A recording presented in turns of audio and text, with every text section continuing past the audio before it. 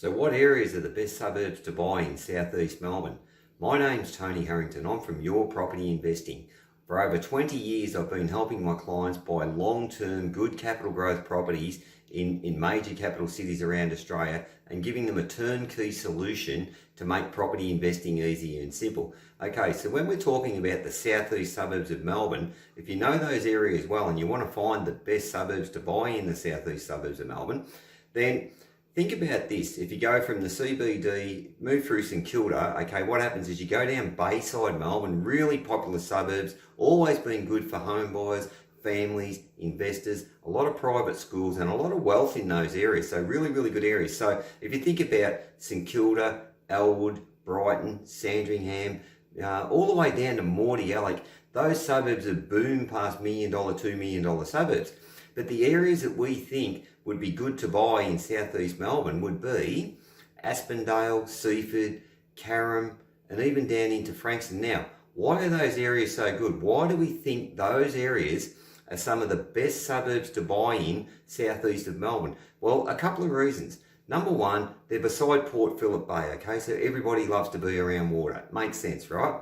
Second thing is, there's been a major rail crossings project done by the Victorian government. So a lot of those train lines now are going to get you faster access into the city and into the CBD.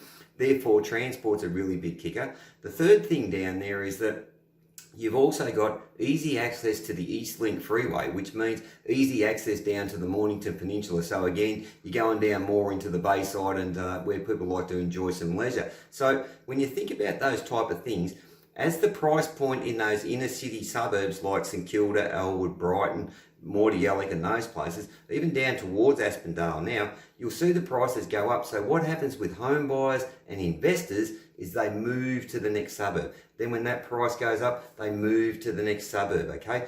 The other thing to look for down in those southeast suburbs of Melbourne, when you're looking for the best suburbs to buy in southeast Melbourne, then think about areas like Clayton, because Clayton's where the Monash medical facilities are. So the Monash Hospital, there's major cancer hospitals being built.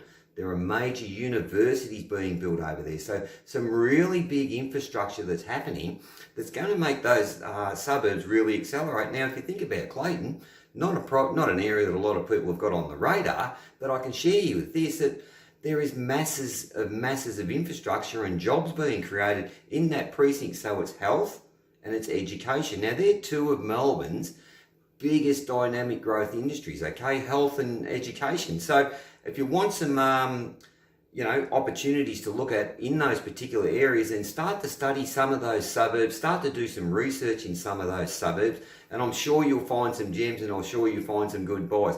But one of the keys to investing in property, and especially if you're looking for, things like the best suburbs to buy in southeast Melbourne, then I would highly suggest that you find someone who's got the data and the research to help make your job a lot easier. Okay, folks? Look, I hope you got some enjoyment out of that video, give you some good content, go out and do your research, and I hope you do really well when you invest in property.